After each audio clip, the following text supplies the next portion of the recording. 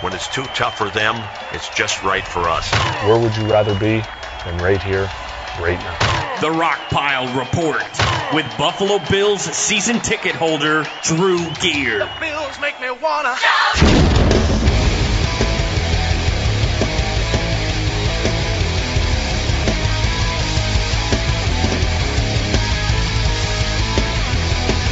Comes in motion on 3rd and 8. Lewerke design rollout, buying some time by the sideline. Stewart can't hold on. He is crunched by one of the best corners in the conference, Josh Jackson. Basically trying to clear things out. Watch as he comes upfield, and everyone else is clearing out to try to create a window. And we talked about Josh Jackson. He is about as good as it gets as a cover corner, stays in phase, and is able to get back to the football and break it up.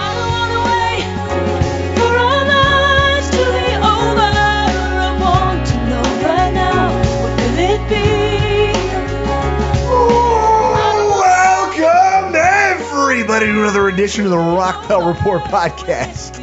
I am your host, Bill's season ticket holder Drew Gear. To my right is my producer Chris Kruger, and that was Brady Quinn and Joe Davis from Fox Sports on one of the best DB prospects in the country, Joshua Jackson. What a week, sports fans! The excitement and tension of the NHL trade deadline here in Buffalo. We're 1 week closer to the NFL draft, and the Rockpile Report has a birthday to celebrate.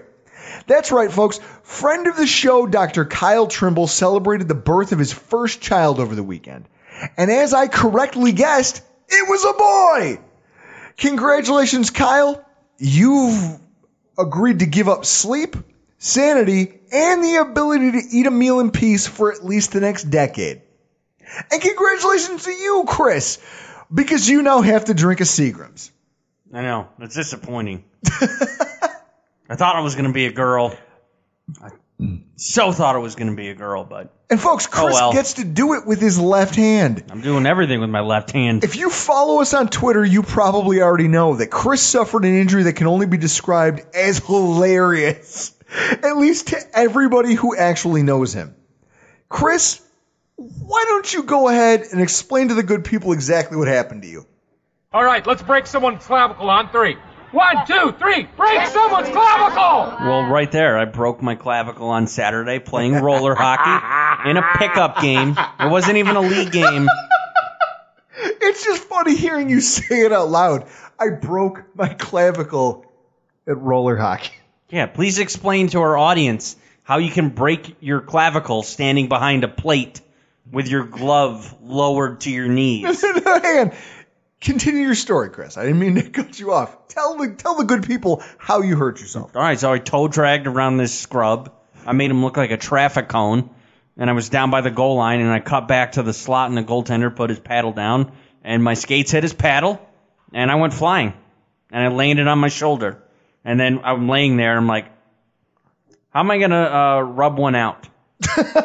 Was that the first thing? That was the first thing I said. How am I going to rub one out? Jesus Christ. Folks, Chris and I like to have a debate. We argue over it all the time. What is a real sport and what isn't? I'm not trying to say that softball is a real sport, but here's what I'll say. I've suffered probably two of the most extreme injuries you can while playing softball, and that's a fractured shin. I've broken both of them. Fractured both of my shins playing softball. Literally freak incidents.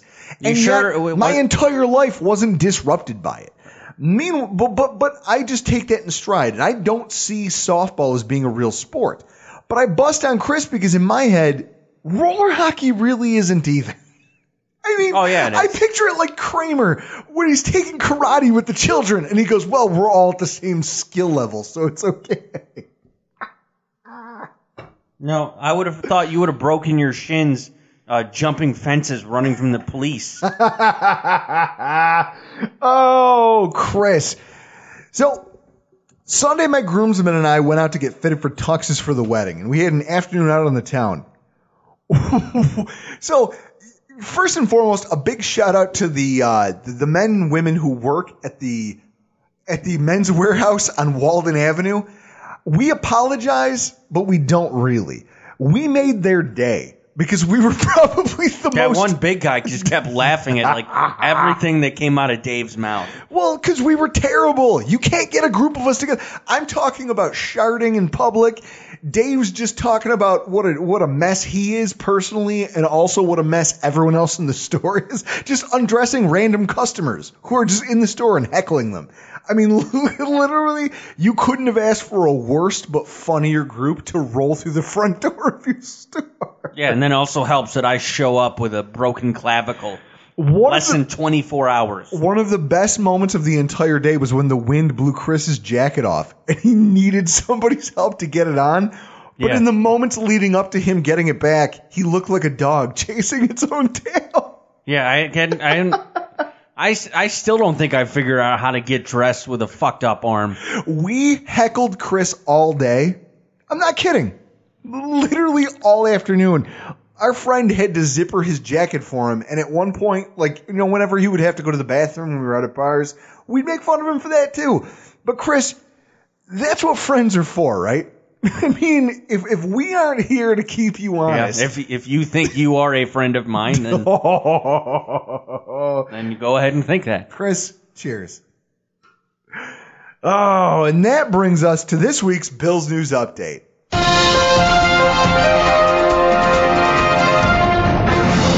The biggest news of the week, Vontae Davis decides on Buffalo.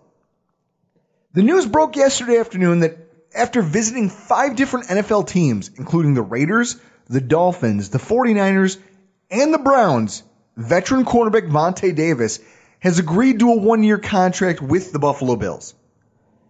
Now, that signing to me personally is incredibly interesting on a few different fronts.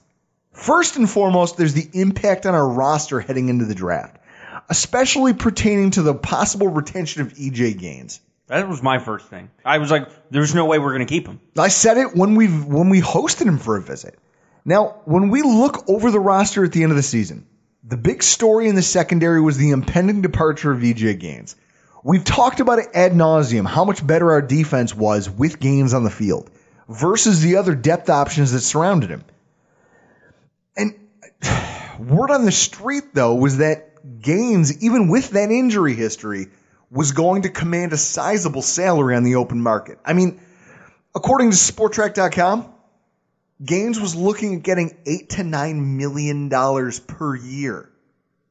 As a guy who has not played a complete season in the NFL. Yeah, I'm not giving him that. That's too much. It's egregious. I mean, that signing almost certainly means that Gaines will be playing somewhere else next season. Then there's what it does for the roster. I mean, we have another veteran cornerback on the roster who is a 2-time Pro Bowler and a veteran talent, and it's a solid move to bring a guy with his background in. It gives us somebody else to plug in across from Tre'Davious White. That was going to be my question. Is he playing more nickel or is he playing outside? No, he's playing outside, and this is the thing. When I look at what we want out of our defense, everyone said, but you got to be worried about a regression in Buffalo because they overachieved last year. You're right. We may have. I mean, you look at the numbers that defense put up, but they did enough in the games that mattered in order to get us into the playoffs. What you're talking about doing is you're putting in a veteran presence who isn't, I mean, who knows? I can't say with any certainty that he's going to be a significant upgrade over EJ Gaines. He's probably going to be a little bit worse. But they trust that the rest of the talent around him in that secondary is good enough that they can go with a slightly cheaper option on a 1-year deal that allows them to search for another number 2 for the future, but that they don't have to address it this season. I mean, that's what it says to me. When I look at the way they want to build this roster, it gives us another legitimate NFL player to plug in across from Trey White. I mean, Trey proved he can be a number 1 cornerback in the NFL. So we're not asking Davis to do that. So now he goes from being expected to be, quote unquote, the guy for every team he's been with. He can just be another cog in a machine that right now has some solid play in that secondary, especially in his zone defense. Well, we're going to get to it later tonight with Connor Rodgers from Bleacher Report's Stick to Football podcast. It's one of those things, we bring him in for a year. Maybe our second round pick, assuming we don't make any trades, our second round pick to maybe fifth. You bring somebody in, they learn under the system for a year, and then after this upcoming season, Davis is gone, and that guy plugged in as a number 2. I mean, when you talk about what Davis was, I mean, I know he's had a long career in the NFL. He started with the Miami Dolphins. He was then traded to the Indianapolis Colts. People like to forget that even though he's been on a very forgettable series of Colts teams, at the height of his accomplishments, he went 2 straight seasons as his team's number 1 cornerback while not allowing a single touchdown. That is impressive at defensive back in the NFL. And then there's the cap and draft pick implications of the move.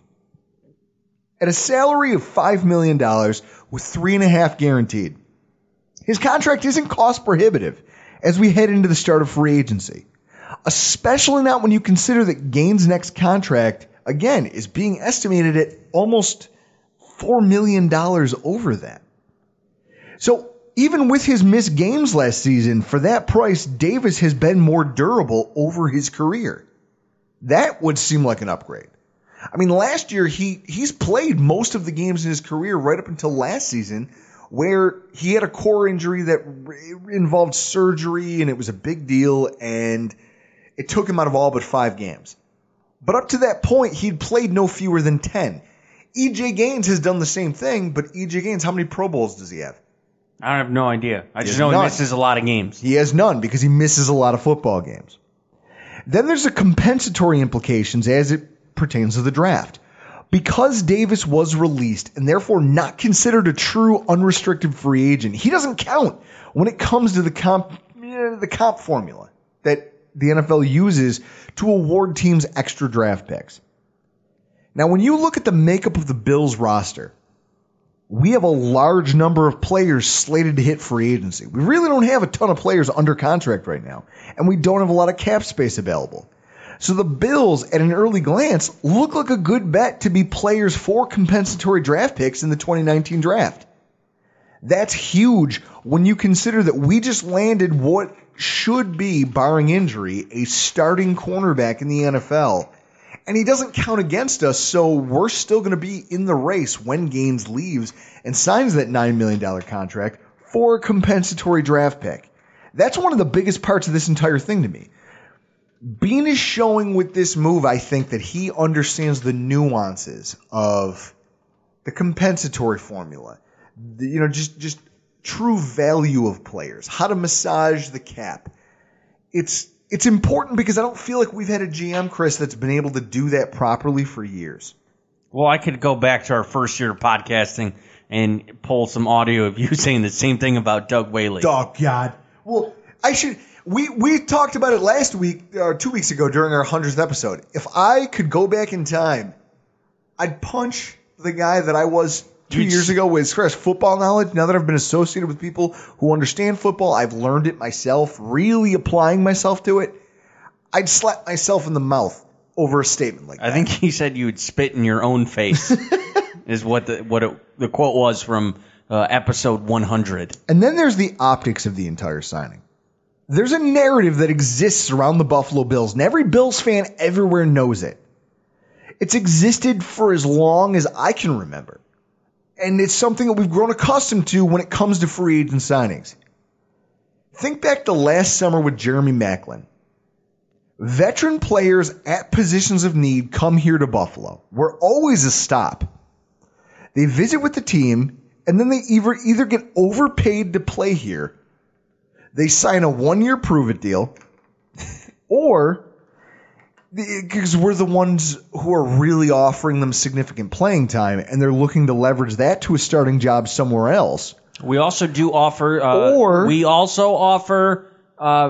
big ticket veteran free agents a key to the city. Let's not forget that. That's a huge bonus to signing in Buffalo. A key to the city. Or they simply use the Buffalo Bills as leverage with another city in order to get a more favorable contract. Again, we saw it with the Maclin situation. Everyone thought it was all but done, and then he went elsewhere. And he sucked. And good for him. Fuck that guy. Yeah, I heard Macklin's getting released. As he should be, because he did nothing. He was hurt all season long. In this case, we beat out two other up-and-coming teams between the 49ers and the Raiders, and yet we didn't overpay for this guy by any stretch of the imagination. It hints at the fact that, at least in terms of free agency, some of this old stigma of the Buffalo Bills might be falling by the wayside. This is what winning and making the playoffs can do for you. Okay? It's just another reason that I can't agree with all of this talk about tanking, like Chris over here spent the entire season rooting for. Yep. Because when you win, the optics of it to players in the league, you all of a sudden look like an up-and-coming franchise. You get guys like a Vontae Davis who says, you know what, I'm not going to rake him over the coals of my price. I want to go play for a team that I think can take that next step. And I think I can be a part of it, or at least that I can be there to rehab my own image. And if they don't retain me, I'll at least project positively towards the rest of the NFL and retire on a fat contract somewhere. That's what you have to portray. And in this last season, our coaching staff, I think, proved that they can do more with less than a lot of other teams in the conference. I mean, is that fair, Chris? Yeah, it seems about right. I mean, for all those reasons, I love this signing, and I think it bears good things for the Bills. Now, on a similar note, Chris Ivory visited the Bills on Monday. For all the reasons that the Davis signing makes sense, it makes even more that the Bills hosted running back Chris Ivory for a visit. Come on, Mike Tolbert, he's good. Said no one ever. Ivory was productive with the Jets. I mean, the guy posted 1,000 yard season in 2015 and had 1,650 yards combined between the two seasons before that, which led him to signing a lucrative free agent contract in Jacksonville. When he got there, he had two things working against him. One, he was part of a rotation with rookie draft pick TJ Yeldon. And two, the offensive line was terrible. And then they drafted Leonard Fournette last season, and he basically fell off the face of the earth. Now, Ivory makes sense for the Bills on a couple different fronts. First and foremost, wherever you're listening to this, raise your hand right now if you liked Mike Tolbert as a backup running back in 2017. Now, keep your hand up if you think he deserves to be back for the 2018 season.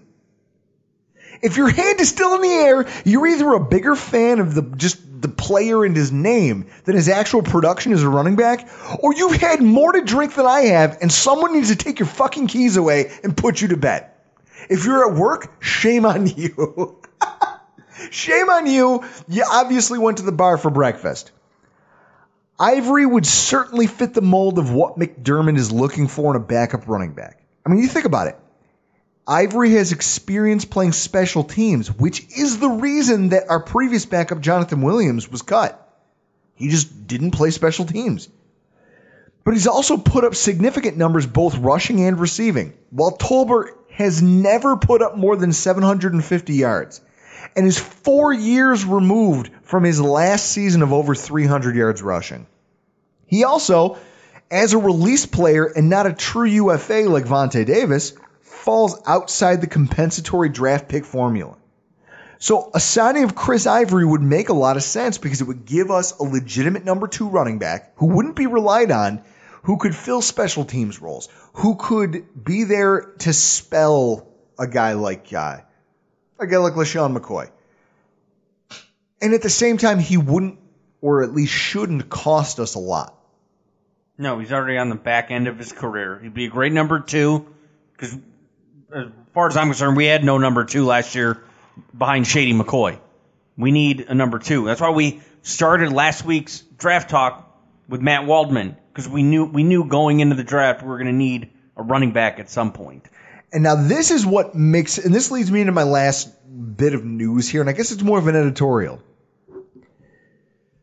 While these visits and signings are exciting, there's something brewing here in the back of my mind that I just can't shake it, Chris. And I've got to tell you, your sick farts you've been laying all night. I don't know how I feel about this.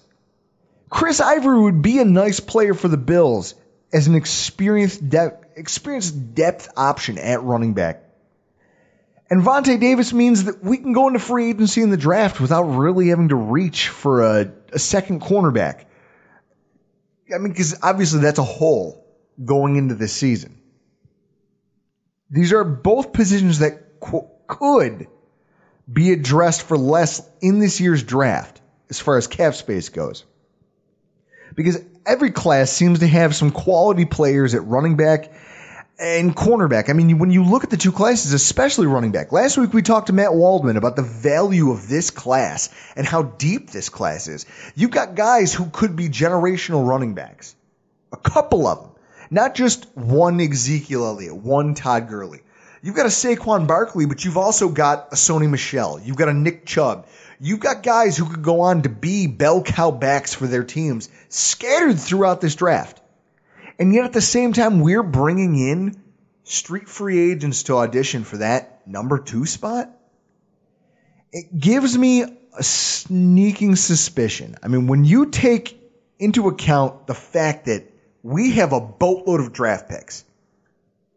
Chris, with a class this deep at running back, why would we be going to the free agent market for a running back when we could draft one who's cost controlled for years? Because we're going to use that pick to trade up to get a quarterback. And that's what makes me sick to my stomach, is I'm getting a pit in my stomach thinking that the Bills may not have any intention of using that capital on prospects like running backs and cornerbacks, and instead may truly be intending on leveraging all of their draft assets come April to swing for the fences and land a top-tier quarterback prospect. That's what we need to win. You say that, but do you know that this is when you make that move, you are literally laying your big meaties on the chopping block.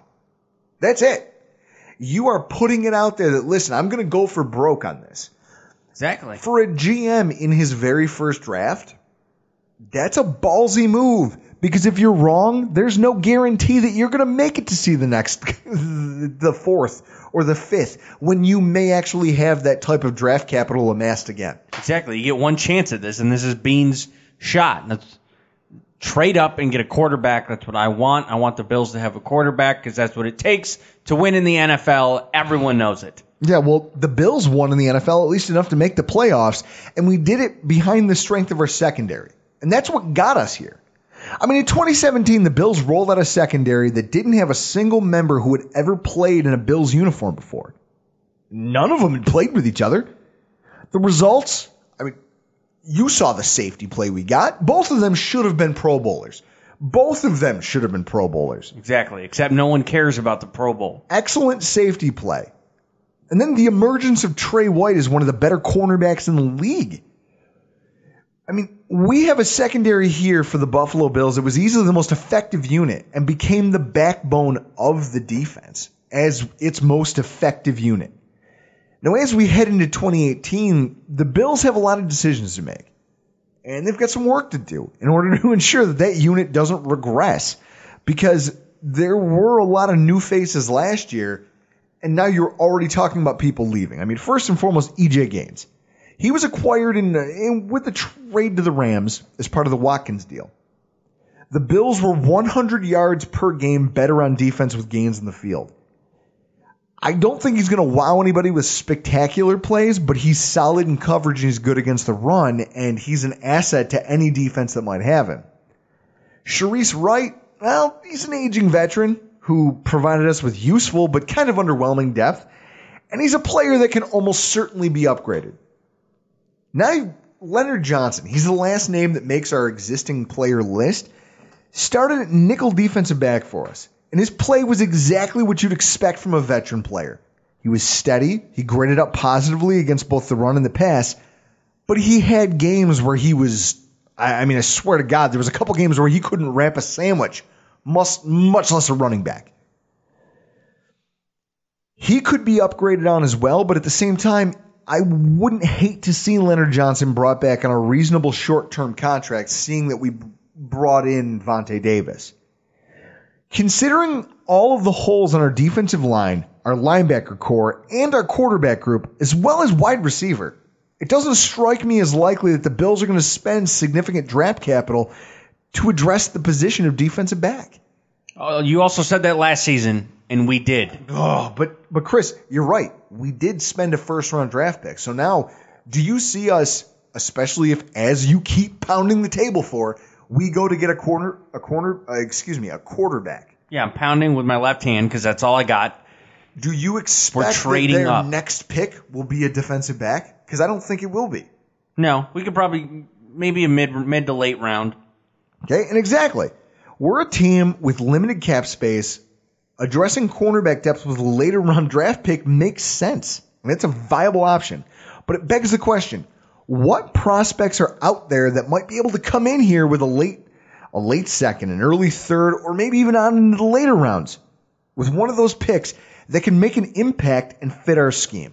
Well, Chris, I mean, that's a huge question coming into this draft. And, I mean, there's a lot of prospects out there to try to parse through, especially for the casual fan or just the person like me who sucks at scouting.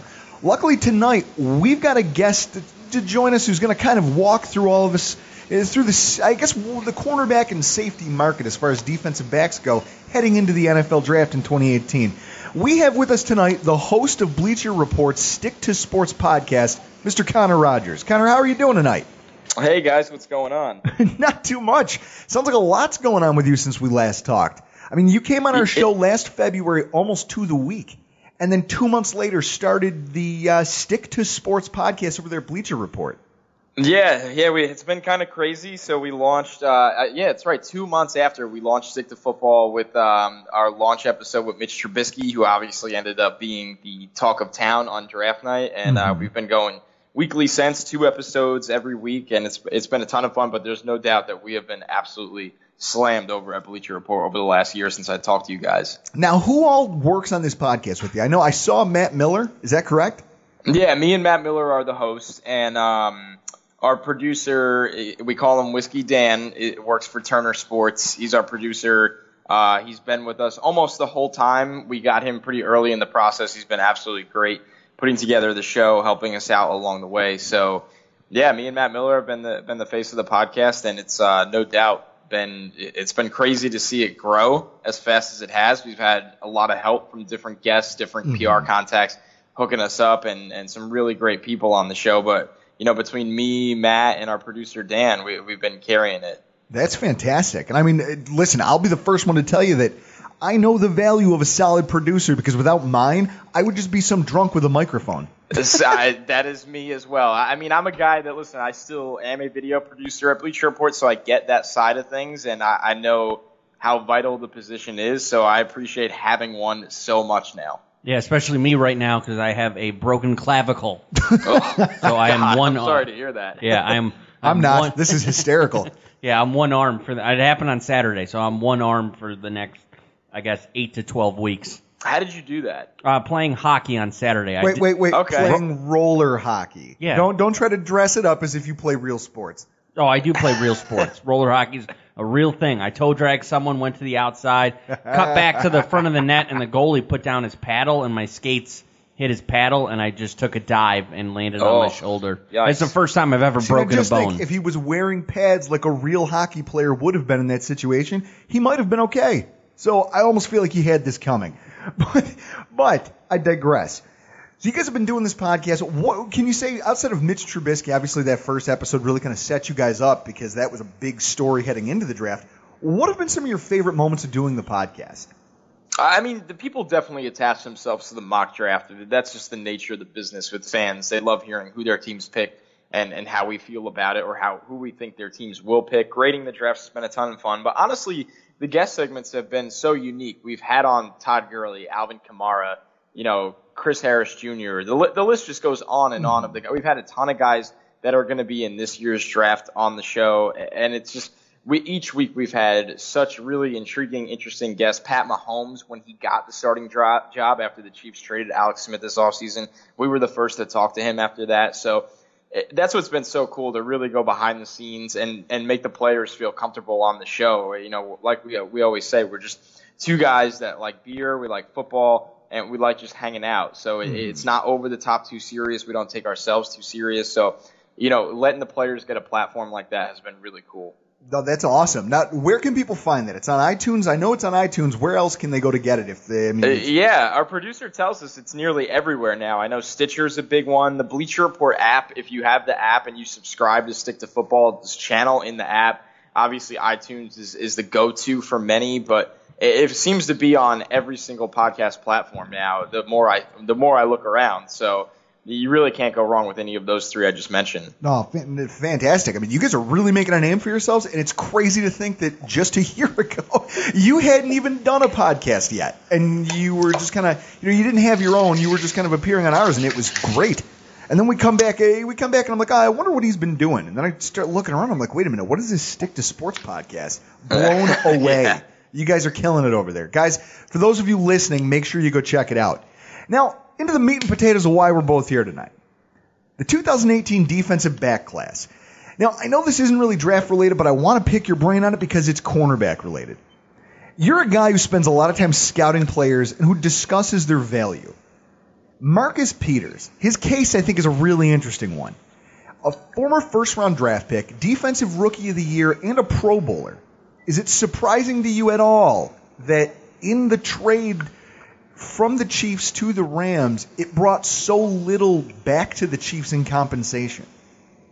No, it's not. It's unfortunate when you look at how this ended because, like you said, this is an impressive player. This is one of the better players at the cornerback position, which is a premium position now in the NFL. But the thing is with Peters, this is a player that I went to bat for that year in the draft. I said he was the best corner. I said he was way better than Trey Waynes. And the biggest question for the NFL was everything off the field. How would he fit in with the locker room? How would you handle his personality? And I guess that's clearly carried over because when you look at this, listen, Peters is great on the field. And I know the incident that many point to is the Jets game this year when he threw the flag into the stands, wasn't ejected, and walked off the field and went to the locker room anyway, came back out without his cleats on. But there's clearly something going on behind the scenes, whether it is the fit in the locker room, whether it was the fit with the coaching staff. And most importantly, the thing to note is this is a guy that Kansas City, who drafted him, felt that they weren't comfortable extending him. It's as simple as that. You have to pay him top defensive player money in the future, and they were not clearly comfortable with that situation. We've seen this burn teams in the past, whether the most recent one really was the Jets with Muhammad Wilkerson. As soon as he got that mega extension, he completely checked out and has been essentially a useless piece for that defensive line when he was on the field. So they clearly felt that they were worried about giving Peters money. And I think what's so fascinating is you look at the MMQB story that came out today with Peter King is that 28 of the 31 teams just didn't offer anything. They were not interested. And I remember after the trade went down, I had actually talked to one of those teams because I thought it would have been a good fit at the time. And I said, listen, was this a guy that you were interested in making an offer for? And the answer was simply no. There was no interest there. They weren't interested in bringing this player into their locker room. And listen, I do think you can make it work. I think he will be a really nice addition for the Rams because he is such a great player. And like I said, I went to bat for him before with the draft. I hope that he can really figure it out in that locker room with that coaching staff under Wade Phillips because he's a great scheme fit. He's a great player. And hopefully, the personality concerns don't come to fruition in the future. But it is very concerning that that's all the Chiefs got for what is essentially a star player. I mean, it really is. And I think one of the most damning things, and I think Pro Football Talk touched on it, when you think about it, it's if you're a GM and you get a phone call from a team like the Chiefs and they say, look, we want to make hey, what would you give us for this player? He's a Pro Bowler. He's a star player on your. He could move in and be your number one guy tomorrow. What would you give me for him? And you know that they called Chris Ballard over in Indy, who was part of the group that drafted him, and that guy said absolutely not. If you know that, why would that would scare you to death? Now, I guess the other part of my question is here: do you think that level of disinterest by the NFL as a whole? I mean, do you think it says more about the player himself, or do you think, does it say more about your ability to, at this day and age, find cornerbacks in the draft, or is it a little bit of both? Of course it's a little bit of both, but it does say a lot about the player. I think, listen, Chris Ballard is a guy that has a lot of connections around the league. He's a well-respected guy. So the teams that are connected to him probably reached out, and, I'm not saying this happened, but you would assume they were smart enough to reach out and do their homework. Ask the guy, find out hey, what's he like. Is this a guy that would be worth bringing into our locker room? And I'm not saying that happened, but you would think that's what they would do. So you make a great point that it's concerning. Now here's what I will say for the Rams. This is a team that when you look at it, they were pretty damn close this year when no one expected them to be that close. So they can kind of roll the dice here, get Peters on for 1 year left in his deal, and franchise tag him if it works out. They don't necessarily have to pay him the long-term money in this window that they hope to be in a Super Bowl or win a Super Bowl in the next, 2 to 3 years? So I understand the side that they were the team willing to take the risk, but I can also understand why a lot of teams that have the assets to get this done that are in full rebuilds had little interest in it. I'll level with you. You and I could sit here for 2 hours and I could tell you everything that I don't like about what the Rams are doing right now because it's lunacy from where I sit. Just knowing what salary cap management, knowing what I know about, which is, a little bit more than the layman's knowledge of how the NFL salary cap works. And draft, the value of draft picks at this day and age, what they're doing is borderline lunacy. But having said that, we could fill up an hour with that. So I guess moving on, there is obviously a big difference when you're talking about cornerbacks in the draft versus established players. And I think that's what the Rams are looking at. They're saying, hey, going into the draft is a crapshoot, whereas here's a proven commodity, and if I can get him for little to nothing, it's a win for me. Now, looking at this year's draft class at the defensive back position, cornerbacks, safeties, to me, I look at what the Bills are doing now. We transitioned last season away from a man scheme, which is what Rex Ryan had always run, into a essentially cover 3 nickel-heavy zone scheme. And I feel like, and correct me if I'm wrong here, or I just want your opinion on this. To me, zone defense has allowed defensemen to be a lot more instinctive and work together as a group. Whereas if you're playing your opponent on a one-on-one basis, which is what man coverage essentially needs you to do, it's much harder to do that. If you can do it well, we saw it with those great Jets defenses with Cromartie and with Revis. When you do it well, you can be the top of the NFL in defense. But a zone defense, I feel like you find a lot more athletes that can fit the mold you need. Is that a fair thing to say?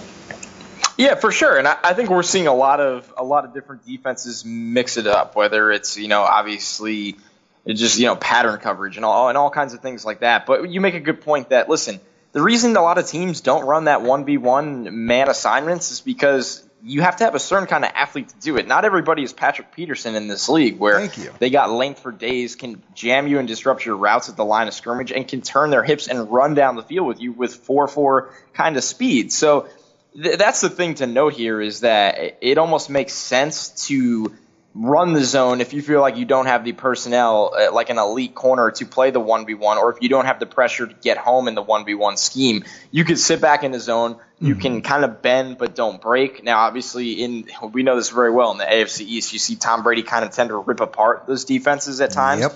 But you make a good point where it's, listen, you can get a guy that's instinctual, a guy that understands how to play in zone, a guy that can maybe capitalize off of turnovers that can be created in the zone. So it makes sense for Buffalo. And I'm really curious to see with Buffalo, too, how do they build the front seven? That really makes the difference in what they do in the secondary. That's a huge part of it.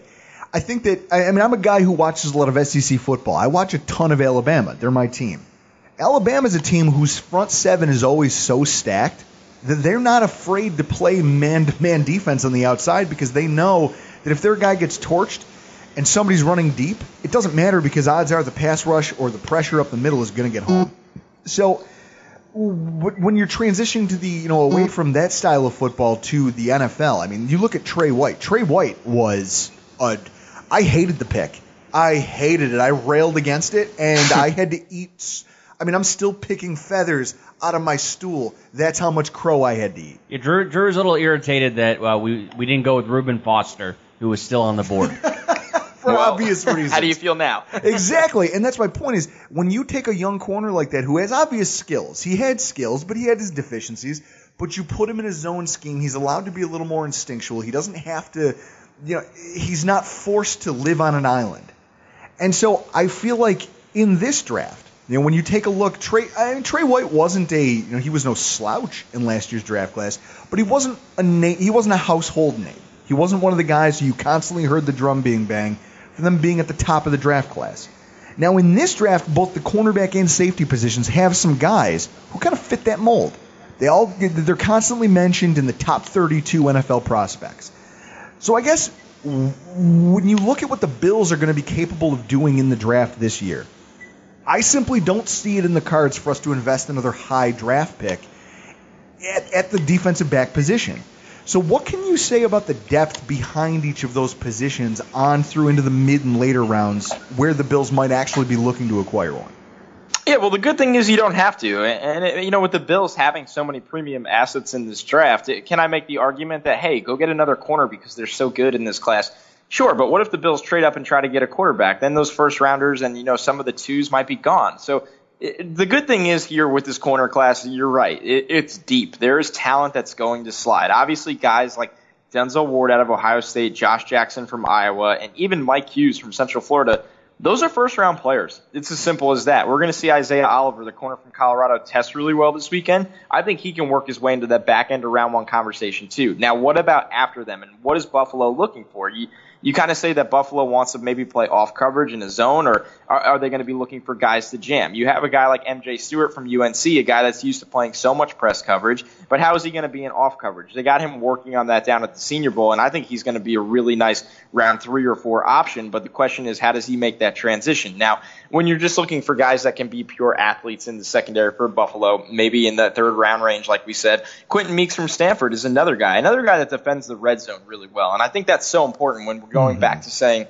this bend but don't break kind of coverage. Quentin Meeks is a pretty good athlete from Stanford, but once again, a guy that can really shut down the fade in the end zone and be that kind of player. So there's so many different kind of corners in this class. Then you have Jair Alexander, a guy from Louisville that, let's be real, he'd be a top 40 lock if he wasn't battling injuries all year. Mm-hmm. But the fact of the matter is he couldn't stay healthy, and NFL teams do have concerns about that long-term health. Well, now, this could be one of those diamond in the rough kind of players where you look at it and say, Jair Alexander is sitting there at the top of round 3, a guy that was a shutdown player. Is he a little undersized? Yes, but he's so perfect for Buffalo because he will stick his nose against the run. He can be a shutdown corner. I think is he going to test off the charts? No, but he's a good enough athlete. So when you're betting on guys like that you've seen do it before, and the stock is you're buying low essentially right now, that's the kind of guys you're looking for if you don't want to use the premium selections on a cornerback. Exactly. And I feel like that's where the Buffalo Bills are going to fall. That's just in my heart of hearts. But I feel like I'd be doing my listeners and also myself, because I'll be the first one to admit it, I can't scout worth a damn. If I did, I'd be working over with, I'd be working at Bleacher Report or with Eric Turner over at Cover One or with anybody else who actually knew things. So I guess the question becomes this. First and foremost, who are some of your favorite players at defensive back in this 2018 class? I mean, there's got to be a couple that you just look at from, 100-yard and you say, that guy is going to be a stud. Who are some of yours? I mean, the top 3 to me are just locks. And it doesn't even have to be, you don't even have to start with Denzel Ward or Josh Jackson. But Mike Hughes from Central Florida is the guy that his name really didn't come up until after the season. This is a team that didn't lose a game. This is a guy that started his career at UNC and had to leave the team. He did have some arrest charges that were dropped and left the team, went to JUCO, worked his way back into Division I ball, and obviously played at Central Florida where he was a star. He was a star returner, a star cornerback. He has incredible ball skills. He can play press coverage at the line of scrimmage. He's going to run really well. I'm talking sub 4.4 kind of speed in the 40-yard dash. So when you look at Hughes, if he can answer for his early career of off-field problems, then this is a guy that should go in the first round, and I think will absolutely be an impact player from day one. But getting to those top 2 guys, you look at Josh Jackson, you're talking about length. I think this is the guy. Listen, if the Bills don't move from 21 or 22 and this guy does somehow slide to that range, this is almost a no-brainer because, yes, he has the length, the arms to look. He looks like a press corner, but he actually does some of his best work in off coverage where he can use those instincts to jump routes with the long arms. He's incredible with leaping ability to kind of recovering coverage at times. So Josh Jackson is a guy that he's been a riser. It's funny when we talk about that. We've had him on the podcast and talked about he was getting looks as a receiver in spring ball of 2015. I remember hearing and now that. We're talking about him as a top 15 kind of prospect in this draft at cornerback. So when you look at these guys, see, and I guess this is the thing, you have the unique position where you're going to be at the combine. Who are you going out of your way to watch from this defensive backs group? I mean, safeties, cornerbacks, out of all of them, who are you going out of your way to see what they put out there? Well, I think it's really just answering questions because I know what Ward, Jackson, and Hughes are, right? And even Oliver to an extent. Those guys are great athletes that are great cornerbacks. But what about a guy like Carlton Davis from Auburn, another long physical press corner? How is he going to run? We saw him play at the line of scrimmage so much at Auburn where he can jam. He can punch receivers in the mouth and really disrupt them off the line of scrimmage. But how is he when he has to turn his hips and run down the field? How is he as an athlete overall? These are things that we don't necessarily know yet and can separate a guy from being a top 40 player to a top 75, top 80 kind of player. Those things really do matter at the cornerback position. So I think that really matters a lot. And then you look at somebody else like Nick Nelson, a guy that played in the Big Ten after transferring from Hawaii, and a player that, listen, is he the biggest guy in the world? No, but he's feisty and he can be physical and he can be a very, very good cover corner. I believe he actually led college football in pass breakups even without having an interception. So he's always around the ball, but how does he run? Once again, a lot of people are saying, does he have the 4.5 speed? I think so. I see it on tape, and I see him as a guy that he's being talked about in the 5th round right now, but there's no reason he can't get into that 3rd or 4th round range after he shows everybody that he can run, and he's not just this underrated corner in this very deep class. Well, then, everyone, stop paying attention to this guy. Guys, if anyone at One Bills Drive is taking note, write his name down. Just put it in your pocket, save it for later. Everyone else, just pay no attention to the man behind the curtain over here with this guy. So I want to run some of my favorite defensive backs in this class by you. They're guys that I've watched. I've watched a lot of football. Saturdays, that's my day. I sit down, I start organizing our podcast. I drink a lot of beer, and I watch a lot of college football. So guys that I've taken note of, and I've watched a little bit of, just highlight tapes, a little bit of film, positive and negative, and kind of weighed them against each other and see things from them that I think could benefit the Bills, and I want your take on them. This is a list of my guys. First and foremost, we're going to get the obligatory Alabama players out of the way, and it's going to start with cornerback Tony Brown. I mean, talk about just athlete, and I'll be completely honest with you.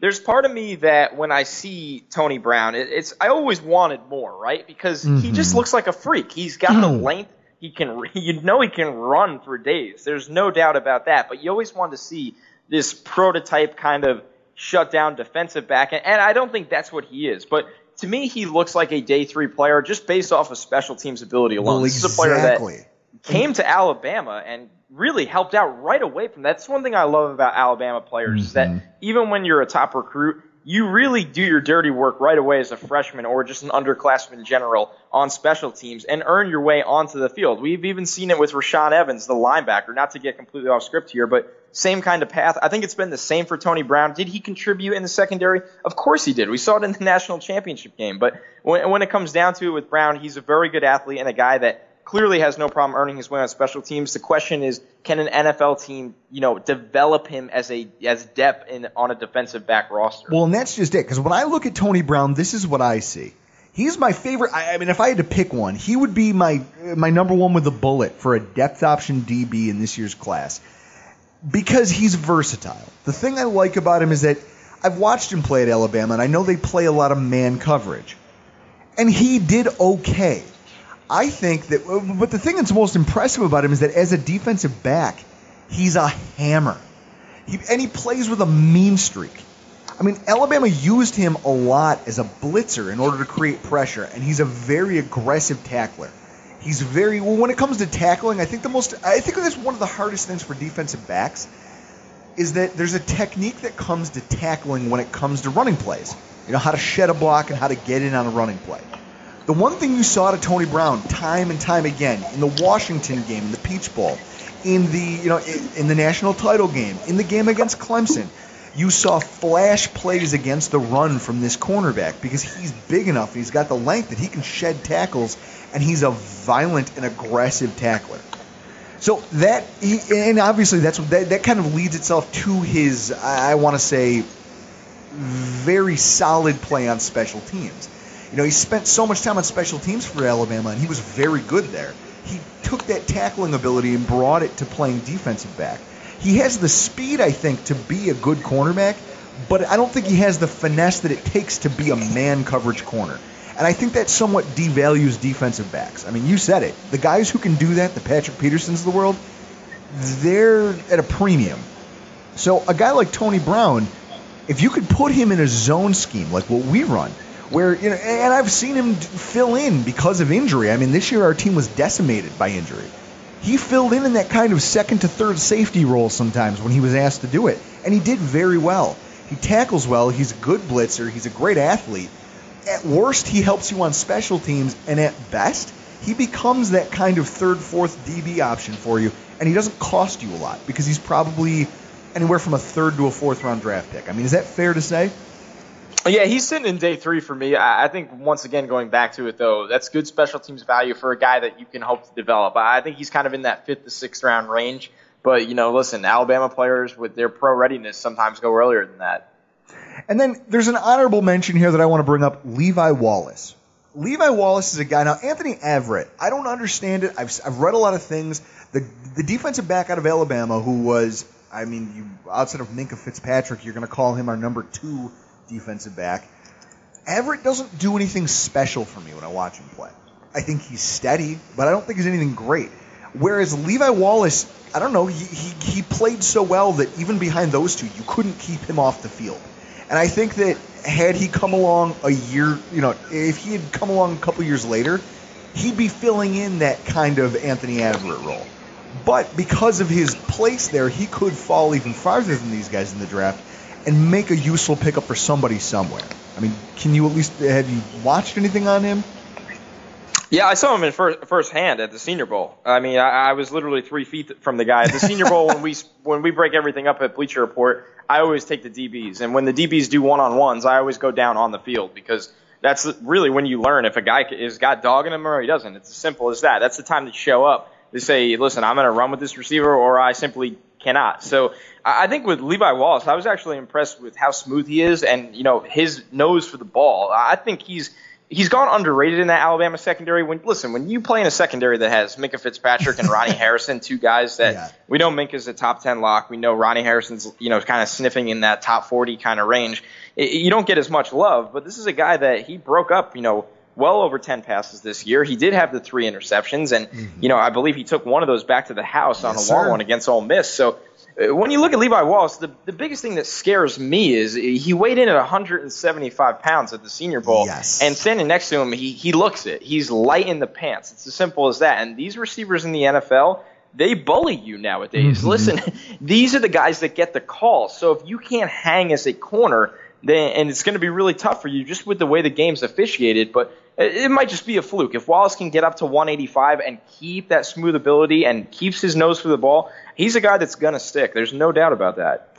So then moving on to another prospect that I've kind of stuck out this season to me who I kept tabs on. He doesn't even play in the SEC, which is how it takes a lot to drag me out of the SEC when it comes to watching football on a Saturday.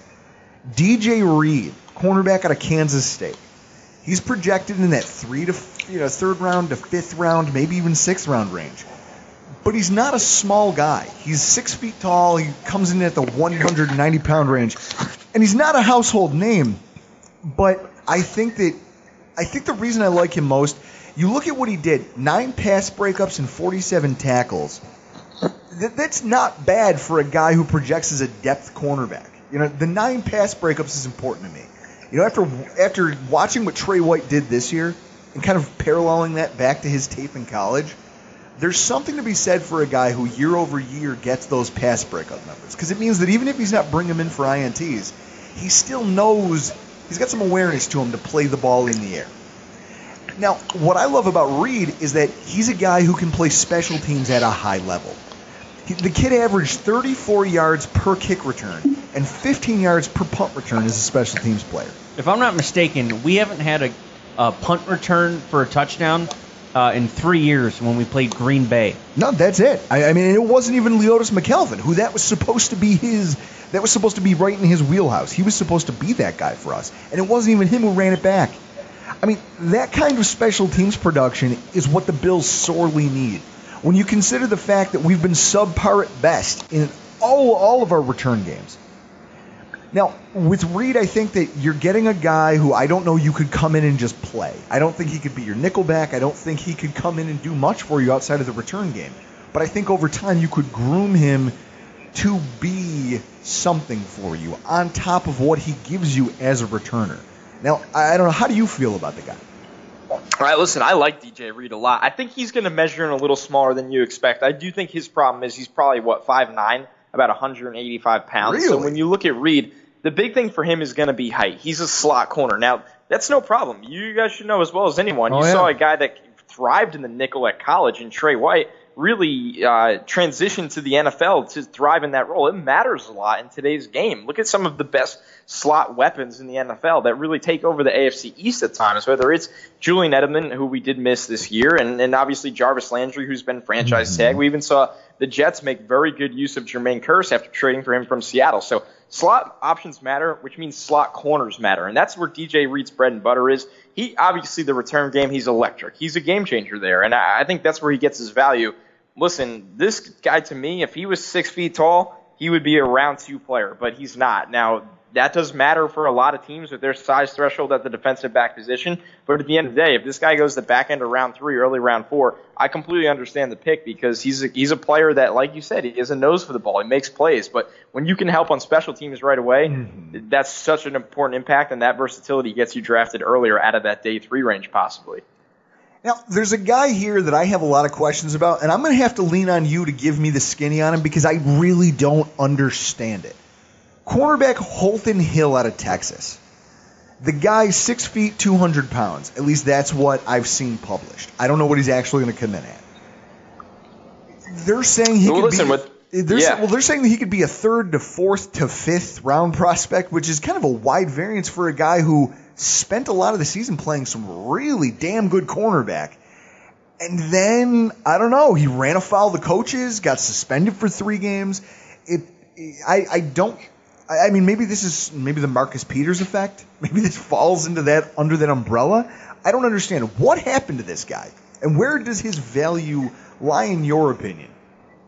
Well, there's clearly character problems, and the suspensions, is something going on there, whether it's a failed drug test, whether, God only knows what at level. And for him to leave the game, listen, he got a significant suspension. I believe it was 6 games at the halfway point of the season after he was playing shutdown football. I mean, my co-host Matt Miller mocked him in the first round when he was at the peak of his season. But when the rumors start to trickle out that there are problems there, whether it's that you can't stay on the field for whatever reason it is, are you going to be a responsible player when this is your job at the next level, when someone pays you millions of dollars to do it? That's the question mark around Holton Hill right now. So, listen, he decided to, instead of going back to Texas, he decided it would be his best interest to make the jump to the NFL. Teams might say, listen, he's got his baggage, but the talent is too good. He has round 2 talent, so maybe we take him round 3 or 4. But listen, if he doesn't interview well this week at the Combine or he doesn't show that he's ready, he's going to slide to the end of day 3 or maybe even undrafted depending on how bad it is. You think it could – and see, and I guess this is why I kind of included the Marcus Peters conversation as, I kind of prefaced all this.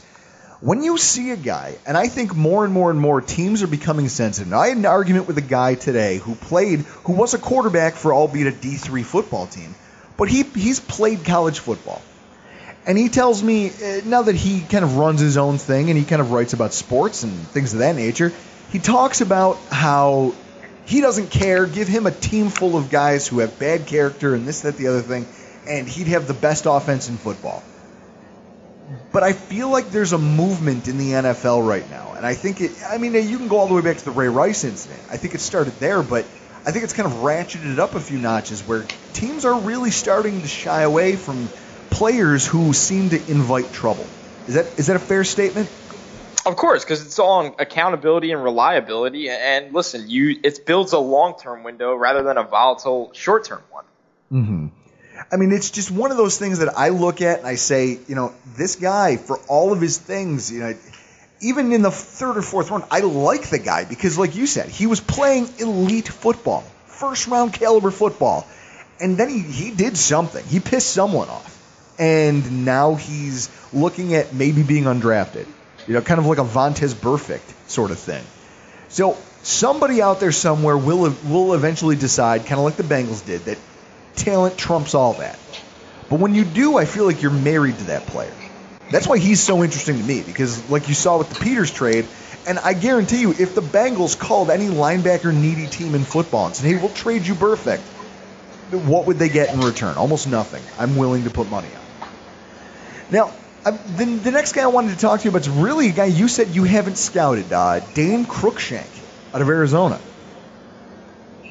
Yeah, I mean, listen, I've seen Arizona play plenty of times to know that they haven't had the best defense in a while, it seems like. But when you look at Cruikshank, listen, this is a guy that people really like him because he's kind of – it's funny, we say these cliche things, but just looks like a safety. Looks like a guy that can come down and really lay the hammer. But is he a little stiff in coverage? Does he have the instincts to cover? I don't see that. So when you look at a guy like this with this build – and you want to see, how does he test and all of those things, whether it's at the combine, whether it's at a pro day, it comes down, can he make his way as a rotational safety? Can you find a role for him? Can he play down in the box is the big question. So, listen, it's a guy that, have I seen a ton of the all-22 on him yet? No, but have I seen enough to know that, listen, he's not one of the top DBs necessarily in this class, whether you want to play him at safety, whether you want to try him at corner. He has the size, but is he a fluid enough athlete or is he an instinctual enough athlete to play at a starting level caliber? I didn't see that earlier in the year. Well, I guess that's my point of contention that I want to bring to your doorstep. You look at Dane Cruikshank and you say, okay, he's a guy who, at cornerback, he's not a lot to write home about. And that's where he spent his career at Arizona. And everyone's saying, oh, well, that's safety size. He's got safety size. He's got safety ability. The Buffalo Bills previously drafted a guy in the second round of the NFL draft to play cornerback, and he was rough, to say the least, for the first 2 years of his career. In year 3, a new D coordinator came in and said, you know what? I'm going to move you to safety. And that guy went on to be one of the best Bills safeties we've had in the last couple of years, up until we have our recent safety tandem of Micah Hyde and Jordan Poyer, and that guy's Aaron Williams out of Texas. Yep. Now, I'm looking at Dane Cruikshank, and I'm not saying he's Aaron Williams. What I'm saying is that when I look at the Buffalo Bills, we are already set with one of the best safety tandems in the AFC. I'm willing to say that. When you look at the depth behind them, it's shaky at best. I mean, in 2017, we had undrafted free agent Trey Elston starting games for us. We had other players rotating in with Trey Elston because he couldn't hold up for entire games because we had starters go down with injury, and the depth just wasn't there. Now, I would look at this and think that if there's a late-round pick to be made in the defensive, in that part of the secondary, well, first and foremost, there's not going to be an early-round pick invested at safety because our starters are very good.